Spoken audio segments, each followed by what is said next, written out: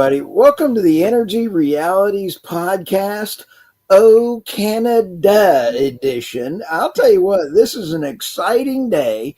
We are joined with the David Blackmon. David Blackmon is a Substack author, contributing author for Forbes, the Daily Caller. He's all over the planet. His arms are very tired. He's in Texas. How are you today, David? I'm great. It's a beautiful day in Mansfield, Texas. I couldn't be happier. Well, okay. Thanks for that great update from Texas. And next we have Irina Slav from Bulgaria, and she is one of the greatest energy authoresses out there. Authoresses. Is that a word, or is that the right word? It's not a word. You made it up, Stu. Okay, cool. Anyway, how are you today in Bulgaria? I'm great, thank you, Stu. Spring is on its way, so I'm really happy, just like David. Oh my goodness, as you guys set me up for a hosting extraordinary today. And then we have Tammy Nemeth from Canada, and our show is on Canada. Tammy, how are you today? I'm doing great, thank you. I'm surviving the sub-zero temperatures because I'm visiting Canada right now and I'm all bundled up. I'm trying to keep warm. Remind us how cold it is in Calgary today, Tammy. I heard it was minus 28, minus 30. So it's cold. That's Celsius, right? That's Celsius, sorry. Yeah, that's Celsius. Wow. But there's a bunch of talk going on right now between President Trump, Trudeau, and Mexico, and the rest of the world, in tariffs and what's going on. And most Americans are quite honestly stupid, and I'm going to say that very honestly about what we get from the rest of the world and our place in the world. And quite honestly, I think one of the greatest Canadian exports is the Mackenzie brothers, the Great White North. And how many people remember this? I just want to go ahead and kick this off and start it. Good day, I'm Bob McKenzie. What? As you can tell by my brother doing both parts of our theme, we got our old show back, eh? Yeah. 2 minutes. Beauty, eh? So sit back, yeah, enjoy relax, it, and have a beer. Perhaps Got lots of time this week. Let's give him a minute to go to the fridge and get some refreshments, eh? Okay, go away. Yeah, we'll be right here. Go away. In fact, we'll just like whistle. Zoom off. Yeah. Zoom off. Yeah, pan away. Yeah, pan Get away from us. Get away. Okay, so we're not on, so go to the fridge. Yeah. Go to the fridge. Okay, stop. Okay, if you have to go upstairs, use the ladder. Okay. Okay, those guys are classics. I absolutely love that. But I don't think people really understand, Tammy, how important Canada's trade is for the U.S. And you take a look at, I thought I had it here and I didn't bring in the slide. I apologize. But we have a lot of things that we trade with. But when you take a look at GDP in trade for Canada, the trade with the U.S. is 2% of the GDP in Canada is less than our GDP in the U.S., but it's up to 20% in Canada, if I understand that correctly. I don't know the precise numbers, but it's significant. I mean, over 70% of our trade takes place with the United States. And over the past, I would say 40 years since they did the first free trade agreement, it was all about integrating the North American market and integrating the Canadian-U.S. economy, a lot for geographic reasons. Stuff actually, it's easier to transport stuff south from, say, Saskatchewan, Alberta, British Columbia, or even Ontario down to the eastern seaboard than it is to go across Canada. And so the trade naturally has sort of developed that way, and then it's been encouraged over the past 40 years to have that level of integration. And, I understand Trump's concern with respect to border issues, fentanyl. I would say over the past 10 years or so, there's really been a diminishment of Canadian security with respect to the ports in particular. And I would say an increase of Chinese gang activity and other sort of cartels operating within Canada, that is a concern. And yes, Canada has not been doing all its part, especially with respect to protecting the border, protecting the ports, and keeping its defense up to speed. I would say for the past 50 years, Canada has been relying overwhelmingly on the defense umbrella of the United States. So there was a time when we were a real partner, a real good neighbor. We were well respected in the defense field. And I don't think that's the case anymore. Our equipment is old. When we participate in an international sort of coalition, like even the first Gulf War in Afghanistan and so on, it's almost an embarrassment, and the troops feel really awful because they're quite well trained, but they have really terrible equipment. From what I understand, there's only 2 operational Hercules aircraft for search and rescue in Canada for the whole country. 2 aircraft, and they're cannibalizing other aircraft because those 2 are always breaking down. So there's all of these different issues, and I understand Trump's frustration. However, when he keeps talking about this trade disparity, actually, if you remove oil out of the equation, we import way more from the United States than we export. So it's actually a huge trade deficit the other way. But part of the reason why so much oil goes down to the United States is because the Midwest refiners are designed specifically to take Canadian crude, which has built up over the past 50, 60 years in that trade system.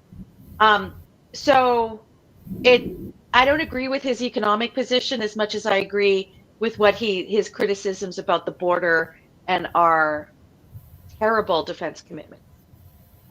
I actually read, I watched a video by a Canadian guy explaining the potential impact of the tariffs on Canada.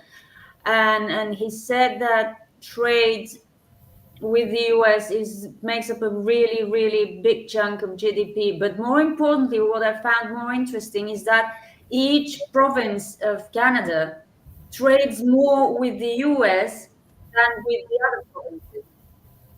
Yeah. Weird. There's Wow. all these internal trade barriers in Canada, and it's almost like each province has walls. And the Supreme Court has ruled in favor of keeping those trade barriers. It's ridiculous.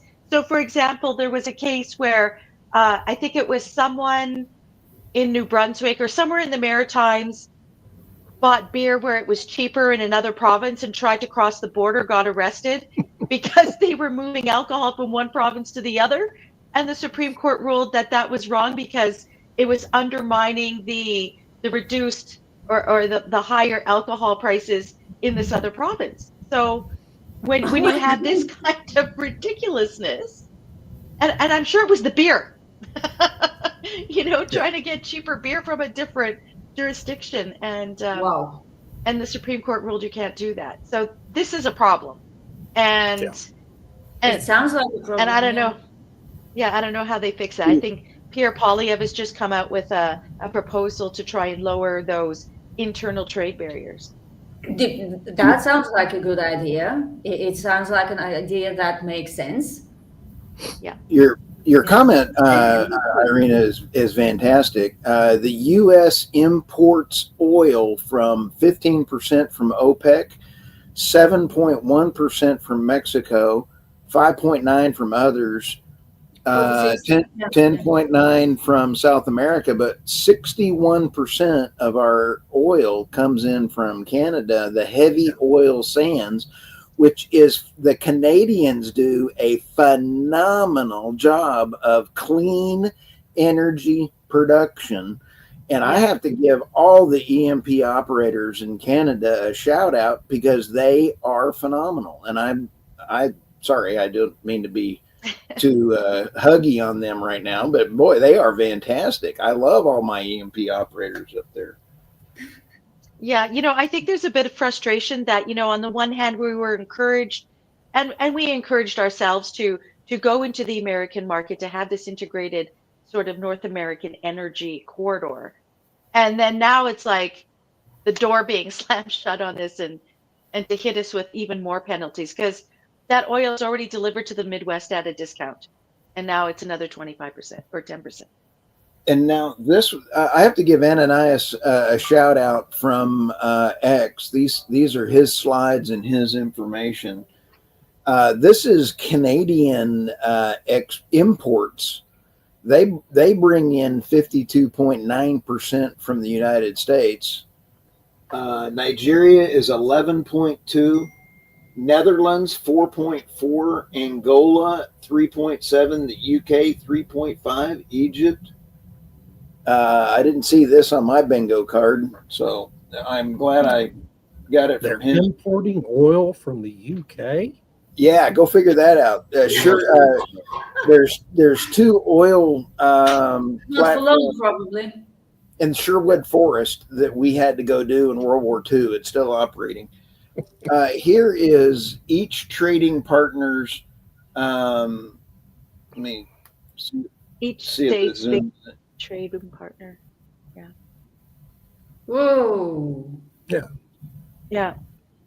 This is interesting. Take a look at Texas, Mexico, Switzerland. Arizona, all the four down southern. Texas and California are huge in our GDP. But then go take a look at China is the biggest trading partner up in Washington and Oregon. Who's and then trading look with at- Switzerland so much? Ding.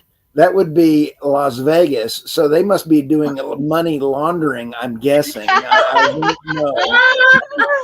Oh my gosh. That is And- fascinating. Switzerland. And Yeah. it has to be from Nevada and Las Vegas and money laundering.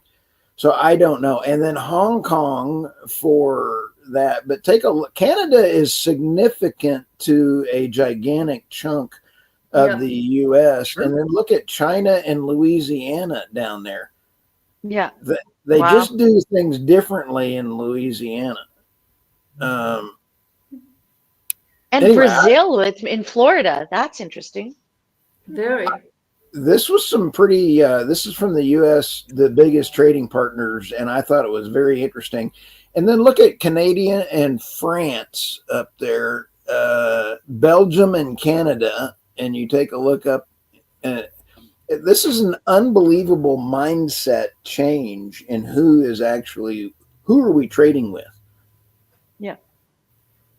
Yeah, a lot of Americans don't understand how much they trade with Canada and receive things from Canada. I mean, it's really interesting. I put in our chat there, Stu, the list of products that Canada's put retaliatory tariffs on, which will kick in tomorrow. Okay. But a lot of it's food, because we import a lot of food from the United States, and so it's like Justin Right. Trudeau, food prices are really high, but let's put some tariffs on. So Let's make them higher. let's make them higher. But he says he's going to give all that money back to the people or something. Yeah. Now Like I he does with the carbon taxes, right? Right.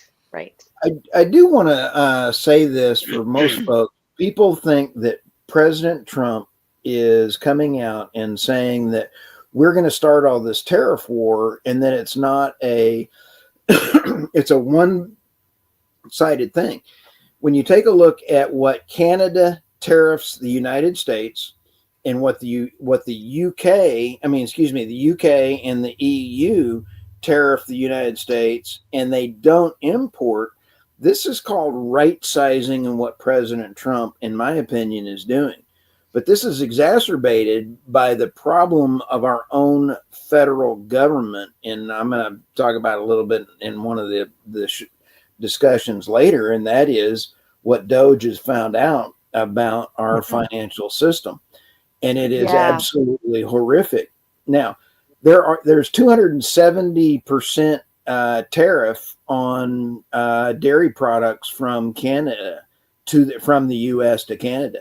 So it is an unbelievable amount of tariffs that Canada already has on our products. And this is not a Oh, by the way, President Trump woke up one morning, did his hair. I'm just jealous because he has hair. And then all of a sudden he did his hair and goes, wait a minute, I'm going to put tariffs everywhere. He's also created the external external in revenue service. And he's looking at getting rid of tax on seniors, and he's looking at resizing everything. But when you look at how much money was stolen out of the Fed and then out of the Treasury, the two different organizations, this is a huge amount of money that was stolen from the American people. And may I just say, please, that I'm really, really grateful to this administration for shutting down USAID. The propaganda media outlets are in full freak out mode, and I'm so happy. And that outrage in the media shows you exactly how extensive the CIA's influence in our media really is, because USAID is a front for the CIA. That's all it is. And it's $50 billion of the federal budget. And I hope they shut it down. They haven't shut it down yet. They're just talking about moving it under direct supervision of the State Department. And I'm not sure what that solves. Yeah, but they've suspended it 90 days or something. The CIA too. But when this is me realizing I need to share this one right here. Let me get to this one. If you sit back and realize, wait a minute, how bad was the theft? Let's say Burisma and U.S. aid actually funded oil wells in Ukraine, and all the deals for Hunter Biden was out of this. This is me waking up in the morning. Okay, you're sitting there, and the little girl's saying, "Hey, Dad, don't sleep in." Okay, now watch this.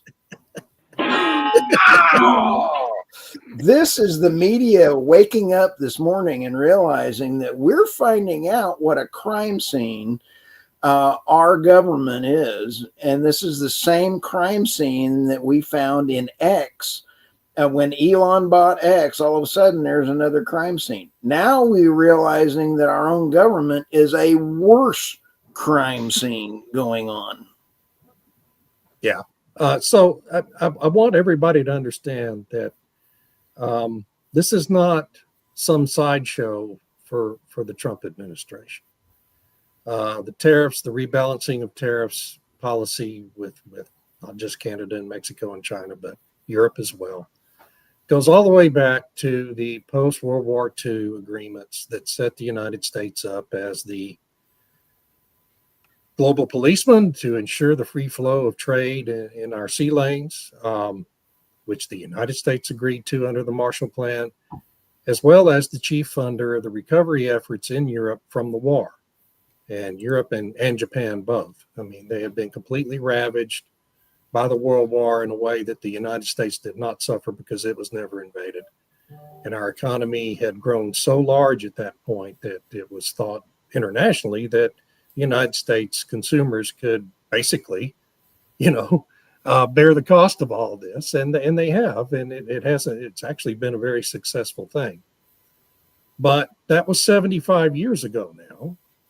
And Trump's goal is going to be to rebalance trade tariff policy with every country. And so this is not something, there's a lot of speculation right now, and I hear very smart people like Mark Halperin say that, Trump doesn't really mean this. These tariffs are just temporary. As soon as these governments, make some token gesture, he's going to back off and pull them. I don't think that's the case.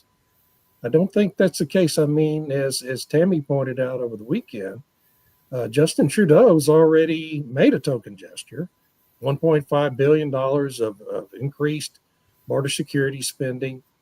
That, it's out there. That offer is out there. I haven't seen a lot of action yet, but it's only been a few weeks. That's not going to cause Trump to wake up tomorrow after the Dow crashes 1,000 points today or whatever's going to happen. He's not going to wake up tomorrow and say, oh, well, I'm going to take this tariff off of Canada because Trudeau committed this extra $1.5 billion. This is going to be an ongoing thing throughout the next 4 years. And so people in the United States need to get ready for incurring a lot of bad will in all these other countries over the rebalancing of these tariffs, and NATO, which Canada's a part of, the United States is a part of.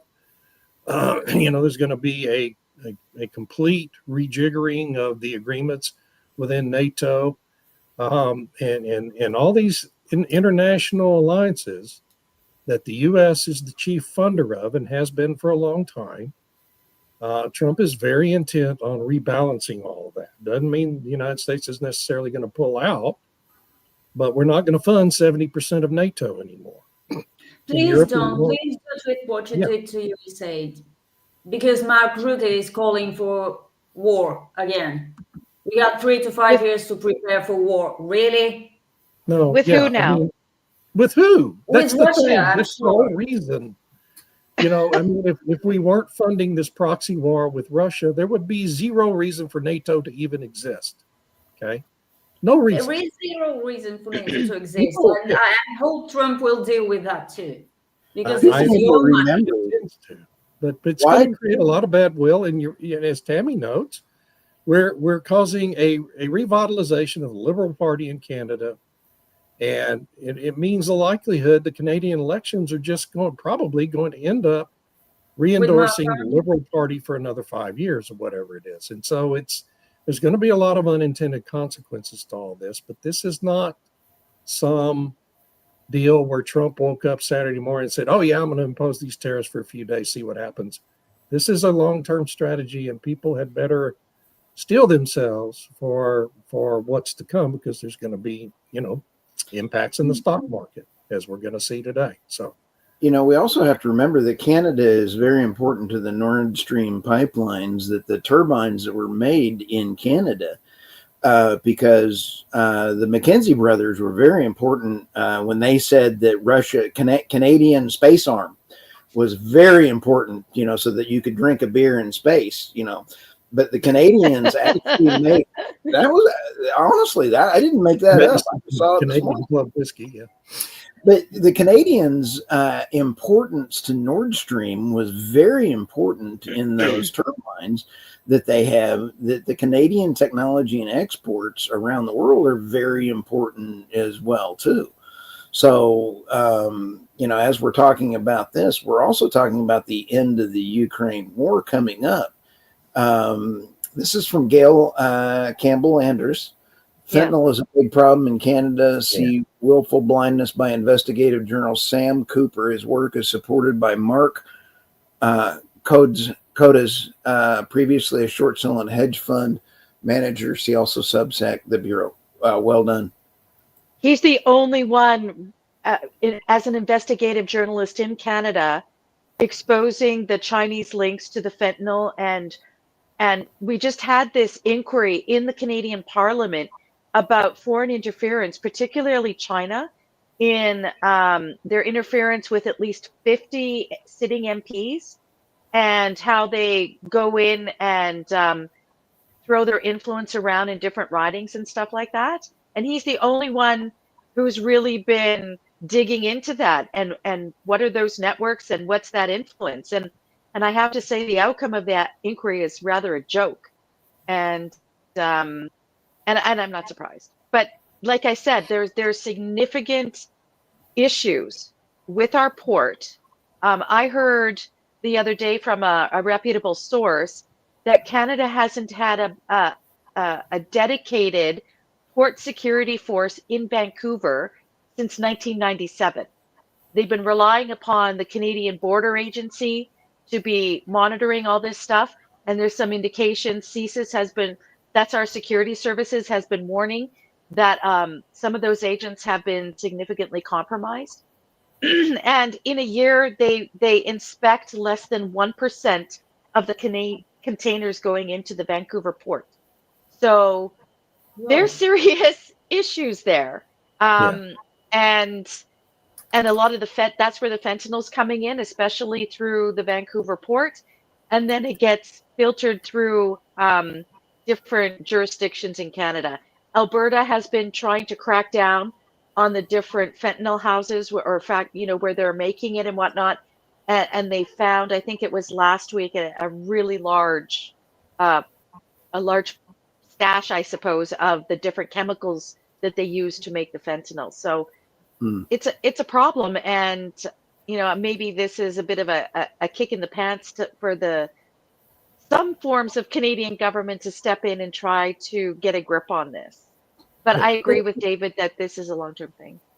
Do you think, however, that David laid out one scenario for the next elections, but do you think it's possible that all these, the tariffs, the fentanyl crisis, and what you're talking about, Tammy, could galvanize people to not vote for Trudeau and Mark Carney, but rather vote for the others who did not screw up everything in a matter of years? Because people do live in Canada, they see who is responsible for the state the country is in. Do you think that's a Right. possibility? I don't know. It all depends on how that campaign unfolds because, whenever there's a leadership review of a party in Canada, that leader will get a bump. And so right now, all eyes are on Mark Carney. He's getting coverage like you wouldn't believe. Like everything he says, the media reports it. The other contenders never get covered. Oh, Chrystia they don't Freeland, need. who's still an MP, she's jetting around doing stuff and she barely gets a mention. But, on Friday, Mark Carney released his climate plan, which is the same as the current plan, but faster. So, he wants a carbon border adjustment mechanism for Canada. He wants mandatory climate disclosures for all businesses starting like yesterday. And instead of a carbon tax, they're going to increase the tax on corporations and then tell them, please don't pass this on to consumers. So, yeah, I mean, yeah, we have this. If I could read Gail's comment here, this is absolutely right. Canada has a proud history of pulling our weight and more with our military, which has been so respected at many pivotal points in history. And many Canadians are dismayed at the way Canada has not contributed more to NATO. And if I could add to that, for Canada's current GDP, we should be contributing about 44 billion to defense. And Canada's defense budget is 26 billion. To put that into context, Trudeau says we don't have enough money, and by 2032, we might get up to that 2% threshold. A rough estimate suggests that Canada has put forward over 200 billion towards climate initiatives. So what's your priority? You're being told you should do more for NATO. You need to pull your weight. You need to have equipment that actually works and can communicate with other NATO equipment when you're on a maneuver, which we can't do because our stuff is so old. But instead of investing in that, they're throwing money left, right, and center to all these different climate initiatives. So the Canadian government has the most bizarre priorities. Their priority is climate, climate, climate. And then at the bottom are Canadian citizens and defense. That's the same thing that we've been facing in the United States, and I'm not sure about the EU is there. And I feel like when I'm talking on our podcast, all of our podcasts and Substacks are incredibly successful, and I want to give a shout out to all of our Substacks. But when I'm speaking to folks, and this is what I think, either it's me talking and my wife this is it, but I think this is us talking to liberals. And this absolutely resonates like you would not believe. Some love through our words. All right, you gotta let me go first, okay? You gotta wait. You gotta wait. Through words. And so. You need to let me go. Okay? I think that dog. They want to hear me. Through words of affirmation. Today will be. Edzo, you gotta That come after me. is Okay? a perfect example of what's going on around the world right now. When as soon as you mention energy policies to a left-leaning government, that's exactly what you're hearing, and it's like, wait a minute, whoa, whoa, whoa, And when President Trump called out China and said, "Does that the Great Wall of China that we've laughed about before, have a magical barrier to keep coal pollution in, since they have more coal plants than the rest of the world combined?" There's nothing that we can do as a United States on net zero. Net zero means absolutely nothing that we can do. Now, Lee Zeldin did get approved by the U.S. Senate, and if he can, and President Trump, I'm trying to get the executive order. He said for every one new regulation, he wants 10 removed. Holy smokes! That's how you govern, because the amount of damage that the Democrat machine and the Rhino machine has done to the United States citizens is in the trillions. And I still say, and I will go on record and keep saying this, and Tammy, your point is very valid. The more we spend in green, renewable wind and solar and hydrogen, the more fossil fuels we will use. And that is exactly what's been going on. And call it Turley's Law if you want, but it's what's going to happen on this. It's an immutable law. There's no doubt about it. It's a what? An immutable law. Oh, it cool. is baked into the cake. All right. Let's go to the not a next one. And let's see. Tammy, you're up. Okay, so my first story is about Norway's government collapses over EU net zero energy policies dispute. That was a bit of a shock last week. And Wow. I would love to get your take on this, Irina, David, Stu. What do you make of the Norwegian government collapsing? I had no idea that Norway was in such a submissive position in its relationship with the EU. But apparently it is, because they're either members of the European Economic Area or want to be a fuller member of this European Economic Area. So the EU is in a position to dictate to Norway what to do with its energy system. I was stunned to learn this. I had no idea about this. And apparently the Norwegians themselves don't want this, of course, but the political class wants it. And we have the right-wing, probably far right-wing party leaving the coalition, which is good. It's a positive development. Now they can, the next elections are in September, I understand. And if they go the right way, in both senses of the word, the EU will have one more gas supply problem. Sorry. Plus all the electricity that they put onto the grid, because there's all these interconnections have been built. Yeah. The UK might have a problem with these interconnectors too. Yeah. It's great. Interconnectors are great. Let's build more, as the EU wants. But so this actually is sort of similar to what's happening with Canada and the US, because there's all this encouragement for integration, and we're going to have this rationalized trade. It's more efficient and all this kind of thing. Same thing with the interconnections in the EU.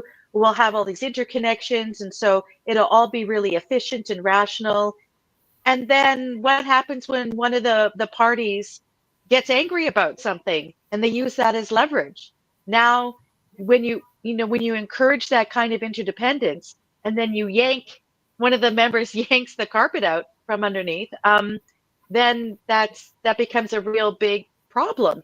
And you have to wonder about what that means for the future when all this interdependence has been encouraged and everybody retreats back to their own borders to be self-reliant and all this sort of thing. And that is why they hate the independent thinkers in the European Union. That's why they hate Orban. That's why they hate Fico. And that's why they canceled the elections in Romania. Well, in part at least. Yeah, yeah, for sure. Wow. So, sorry, the other article I have here is an absolute shock, but not a Yeah. shock. So, in the UK, the Daily Telegraph writes that there's going to be a policy issued, I think, this week sometime.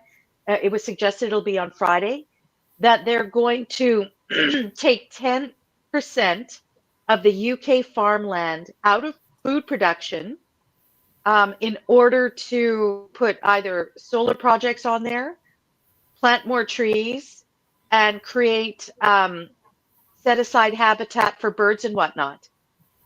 10%. The UK right now, I think, only produces 52% of its own food. And they're going to take 10% of that farmland out of production. And then related to that, Keir Starmer, the Prime Minister, is in Brussels today trying to get into the European Green Deal. And the people in Britain are like, what are you doing? He's doing all of these little steps to undo Brexit. And this is just the latest. He said, I want to be part of the carbon border adjustment mechanism. And they want to be part of the European emissions trading system. So he's like, all these baby steps back into the EU, which is linked, the Green Deal with all of their farm to fork strategy, and all of that is about taking good farmland out of production. And the UK is doing the same thing. So this is related to the inheritance tax on the farmers in Britain, and to take this land out of production. Just unreal. Do you think the UK is going to survive? I don't know. We got 4.5 more years of this, so I don't know. I agree with Brian Zinchuk here. He says, taking land out of food production is borderline suicidal. But all of these policies, technically, are societal suicide. So this is just one more there. It's like they're trying to see how far they can push this madness, and they're not that is making what much resistance. Brian's got a great point, and it's the same thing with the United States. We've had over 250 food processing plants self-combust in the last 3-4 years. You cannot sustain food productivity. Gail's usually right on things. I don't mean to be nice, Gail. Hey, I'm right about something. That's great. Thank you, Gail. I appreciate it. Oh, well. Boy, Gail's just being really nice here. We're having a group therapy hug here on all these tariffs. Day when I'm right about something. All right. Let's go to the next one here. And Tammy, your Nemeth, the Nemeth Reports Substack is very good. Thank you. So go check that out, everybody. I try to post regularly, but I'm away from home this past week, so I haven't been putting too much out there, but I will return to it this week. It's hard to do content when you're on the road, folks. Yeah. Really is. Oh, here's me. So the first one is about the Ivanpah solar project, which hundreds of thousands of tourists flying into and out of Las Vegas have viewed from their aircraft since 2014 when it went live. My wife and I happened to be flying into Vegas the day it went into production, and that beacon, that central collecting tower, and that solar array is so bright you can see it from 100 miles away. It's amazing. It went out of business, of course, because it's non-viable business plan, just like most renewable energy projects. And after just 14 years before its advertised retirement date. So that's the state of. And there's another one called the Tonopah project that's north of Las Vegas, about 100 miles north of Las Vegas, that went bankrupt in 2019 and has just been sitting there rotting in the desert for for the last 6 years. And David, I don't want to interrupt, but who's going to pay for all the land reclamation and the disposals? Because I know they're not going to reach. They're just going to sit there and rot. Now, actually, this one, the Ivanpah project, is being repurposed. They're going to turn it into a standard solar project, not a concentrated solar project like this one was. So they're going to take all those panels out. They're going to put in a standard solar array out there. The Tonopah project's just still sitting there rotting. I don't know if anything's ever going to be done. And that's toxic. And it's toxic, yeah. But there's no regulations requiring the proper dismantling and disposal of these renewable energy projects, just like a wind project. You're going to get to the end of the useful life of these wind projects, and you're going to have the third or fourth generation operator of it declare bankruptcy. And those towers and their foundations are just going to sit there and rot into perpetuity because there's no regulations requiring the proper retirement of these renewable energy industrial projects.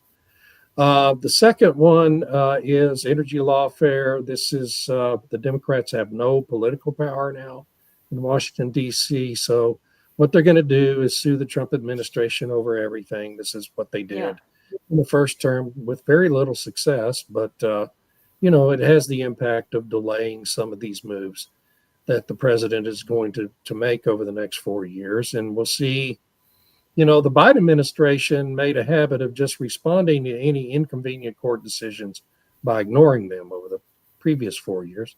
So we'll see if the Trump administration tries to take the same posture when some left-wing Biden appointee judge, as happened last week, issues a nationwide injunction over one of his policy priorities, which, is something that shouldn't even be allowed to happen, but it does. And we'll just see I don't know how Trump's Justice Department is going to respond to these things this time. The offshore wind industry is dying a long overdue, painful death. Thank goodness, in the United States and really kind of elsewhere. I mean, what was it? Denmark held its largest ever offering of offshore wind leases last week and got 0 bids, and then announced it would hold no further lease sales in the future. So, it's dying in Denmark. It's dying in the United States. Trump has invoked this pause in any permitting or construction of new wind farms offshore the U.S.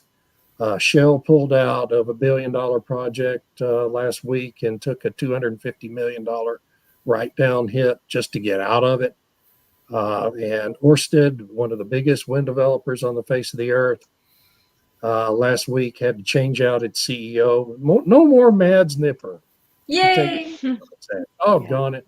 He was one of my favorite targets, but we won't have him. He was so arrogant. Yeah.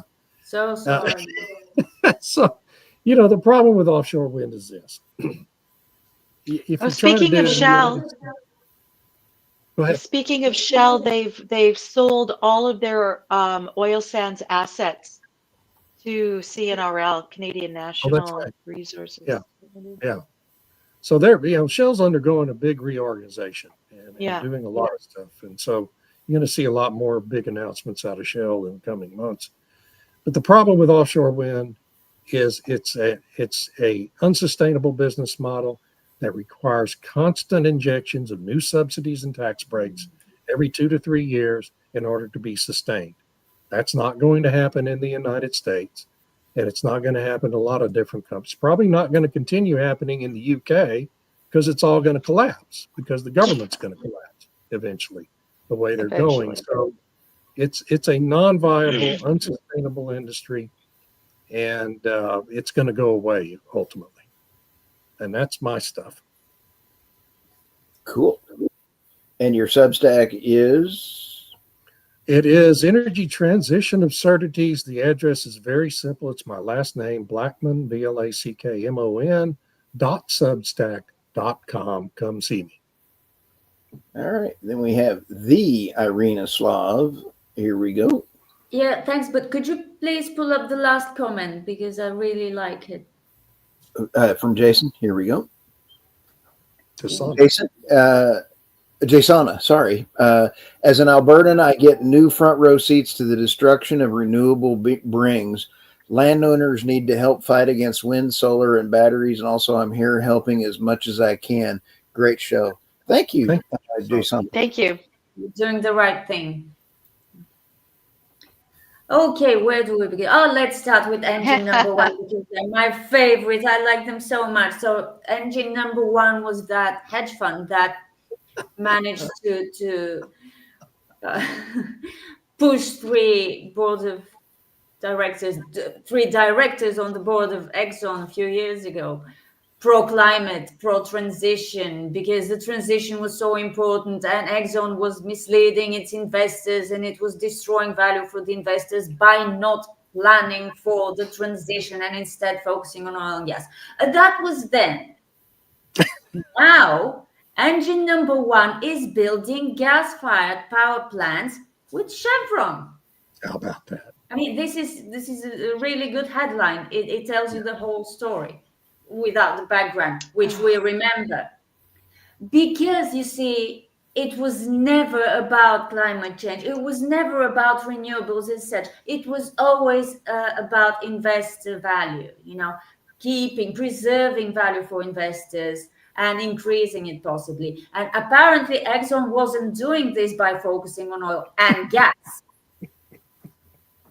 But Chevron is now doing it by building more gas-fired power plants with engine number one. It just points up the Interesting. truth of my favorite saying is that if renewables advocates didn't have double standards, they would have no standards at all. Irina, do you find this interesting that this is coming on the heels of Bill Gates as well as Larry Fink, both of them saying at Davos that we need natural gas power plants in abundance in order to sort of get AI. Really? Isn't that amazing? Oh, yes. That A is coincidence. shocking. I'm sure it's just a Absolutely coincidence. shocking. Yeah. And then the other story is about global investment in the energy transition, which exceeded $2 trillion for the first time last year. Guess where most of this investment was made? In China. Yeah, of course. And guess what happened to investment elsewhere, namely in the US, in Europe, and the UK? It fell. Because they're not apparently, and that's a good thing, they're not, well, leaving the US aside because you have a new government and you're safe. But apparently our regimes in the EU and the UK are not totalitarian enough yet. They cannot keep forcing this on us all the way they want to, which is what China is doing. We have not reached this stage of a centrally planned economy at which China currently is. And Right. it can keep doing this, investing hundreds of billions into the transition. We're not there yet, and we probably never will be, which is great news, even though Bloomberg MEF is really concerned about this. But I'm happy. Hey, Stu, before you move on, can you put Brian? Yeah, there you go. Trump's ultimate goal is to weaken Canada until it succumbs and joins the United States. He wants to double the size of the United States. It's not about drugs. Trump, if that's really his goal, had better be very careful because overall, Canada tends to vote in about the same way as New York State does. And so what you're going to do is create a permanent Democrat majority in the U.S. Senate with 2 new Democrat senators. Yeah. I just don't think that's a wise idea.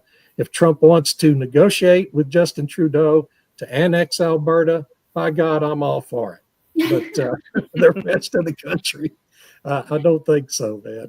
We can't afford to have another Democratic state in our union. I would Yeah, totally exactly. agree with that. I do not. And trading population control from green renewables sustainable to artificial intelligence. Yep. Yeah. I think Patrick is right on there. Yeah. All right. And Irina, your Substack is Irina Slav. Irina Slav on energy. Yep. It's absolutely It's wonderful. and everybody needs to subscribe. If you do not subscribe, we will come on your doorstep and just start pounding on your Ring camera and start yelling at you. Fentanyl is a big problem. This needs to be addressed. I would agree. Yes. It would add 8 blue states, and I agree, and 2 red, Yep. and we do not Yeah. need that. No. No, you don't. Well, I'll tell you what, you cannot buy this kind of entertainment this morning.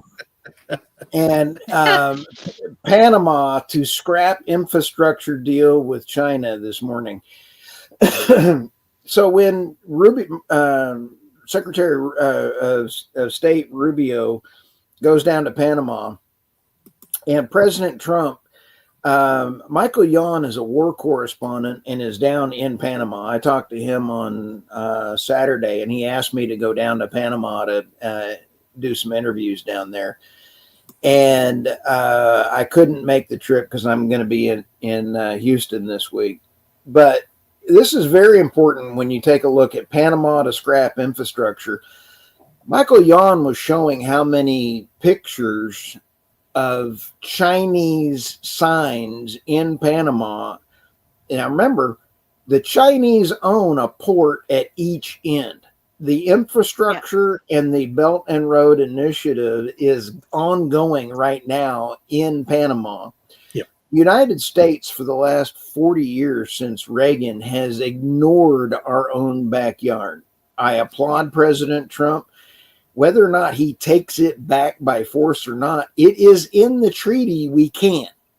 Now, he did say that the Panamanian president did say, oh, it's only till the threat is gone. No. Once our military's there, it's just going to get bigger, and we're going to do it now. So I call this well done, President Trump. The next one, Zelensky has no idea where the $200 billion of aid went. Nobody could have seen that coming. No. Ukraine is a crime scene. Twitter was a crime scene. The U.S. Treasury is a crime scene. The Fed is a crime scene. I cannot tell you how bad all of this is. And when we wake up in the morning now, USAID tried to block the Doge audit. Holy smokes, Batman. And now people don't realize who is at Doge sleeping at the financial offices. There are 20-year-old kids that Elon has got hired that are autistic and are now going through this process. They are brilliant people. So buckle up. It's about to get entertaining. And they're super focused. They're super focused on finding what's going on with all those different transactions. Not distracted at all. Can you believe that the U.S. Actually, that they tried to block us from being able to stop funding? There have been no questions asked from the U.S. State Department in any of our outgoing money. And this is now absolutely, I am now a cat. I guarantee you, I am more of an attitude of a cat. The U.S. corruption is like an iceberg. What we see now is only the tip. And people are going to start realizing that it's going to get a lot worse. There's dogs and there's cats. I love dogs. I'm a dog guy, but I'm becoming a cat. And here's the difference between a cat and a dog. Cats and dogs. A dog can learn up to 250 words and gestures, count up to 5, and even perform simple math. Equivalent human age. 3. A cat doesn't give a f*** and is sick of your shit. Equivalent human age. 42. Okay. I am personally, I am a cat. And if you're a liberal left-wing nut job, I am a cat. I am sick of your and I don't give a. Now, here's what's going to happen. You're going to see every Republican and Rhino primaried out as this information comes out. I've started a new series on my podcast where I'm interviewing anyone that's going to primary out a Rhino. Energy Newsbeat against rhinos, I guess. I don't know the name of this series yet, but I've got some folks that are lined up, and I've got about 15 of them lined up in this new series that's coming around. I'm tired of it. I am a cat. Meow. And then you can find me on the Energy Newsbeat as well as the energynewsbeat.com. So I want to Awesome. point people to just first of all say that when Doge begins making public all of the illegal, patently illegal and unconstitutional things USAID has been funding and involved in since its creation, it's going to be one of the most major scandals in American history. And anyone who wants to get just a taste of what they're trying to hide can go find a clip of Rand Paul. In fact, I just retweeted it on my Twitter. Rand Paul questioning former USAID Administrator Samantha Power, who you may remember was our UN ambassador under Obama. This was in 2023. It's a 6-minute clip. You can watch Rand Paul just rip her to shreds and her refuse to answer a single question. And it's revealed that USAID refuses to provide any documentation of its activities to any congressional committee on the Hill. And that's all going to change. And when it changes, it's all going to become public. So this is you're going to be horrified by the kinds of things USAID has been doing under the auspices of the federal government. And it is one of the most evil things our government has ever created and needs to be shut down. So anyway, that's my 2 cents on that. And I agree. And I think we're about to see an end to the Russia-Ukraine war. And I really am pleased to see this, because when you sit back and take a look at the green energy policies and you take a look at where the money was funneling in, the EU, Putin has to do nothing and he has won. If Putin does nothing, there is nothing that President Trump has a stick. He's not negotiating in strength now with President Putin. President Trump is now in oh, by the way, how do I get President Putin to the table? Zelensky is a useless pawn. Now, what is happening? Germany has been deindustrialized. Why? Tammy, we all talked about this, and it's the green energy policies. It is the total left-wing deindustrializations. It's the shutting down of their nuclear. It's the firing back up of their coal. It's, oh, by the way, we got to strip down a wind farm and then just so we can reopen a coal mine. I mean, good. You can't buy this kind of entertainment. Now, You really can't. Then you have Chancellor Scholz is now facing a election again, and his primary opponent is saying we need to rebuild the Nord Stream pipeline. And my recommendation to President Trump is buy that pipeline, because it does have one of the three. There's 4 pipelines in Nord Stream 1 and 2. One of them is still capable. All you have to do is call up Canada and then get the McKenzie brothers to load up 2 turbines on there. And there's actually 6 turbines at each location. So we need all 12 to get them from Canada. We've got cash flow immediately going in, because without Germany reindustrializing, the EU will fail. NATO will fail. This is a big spending project that's going on around the world right now. Don't give them ideas, Stu. We want the EU to end. We want NATO to die. Irina, Give them a way out, please. President Trump is already ahead of you, because he said he's not dealing with the EU. He's only dealing with countries. And that is great. That's Isn't that another cool? great thing he's done. Yes. This is not just cool. It's sensible. It's wonderful. It's the right thing to do. I It's, So believe in- will Trump say at the G7 that the EU is not welcome? That he because the EU is technically not a member of the G7, it's not a country. and they always show up. You know, they I have know.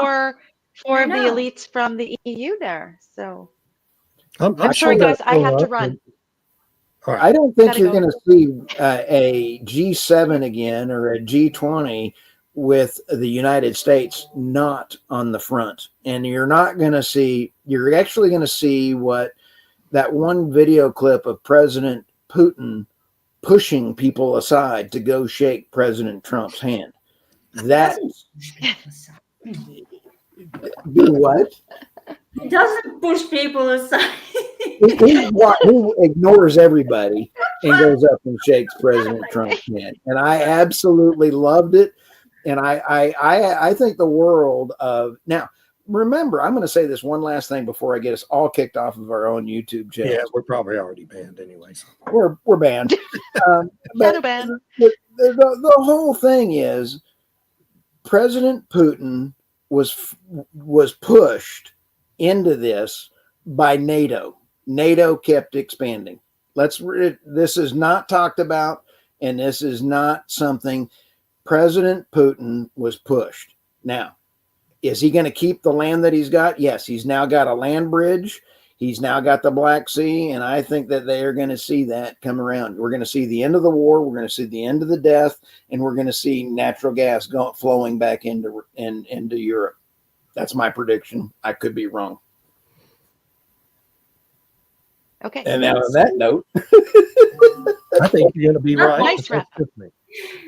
Bye Anyway, bye. Bye, everybody. See you See you next next week. week. Everyone Thank you, everybody, commented. for your questions. Thank you, everybody. Bye bye. oops.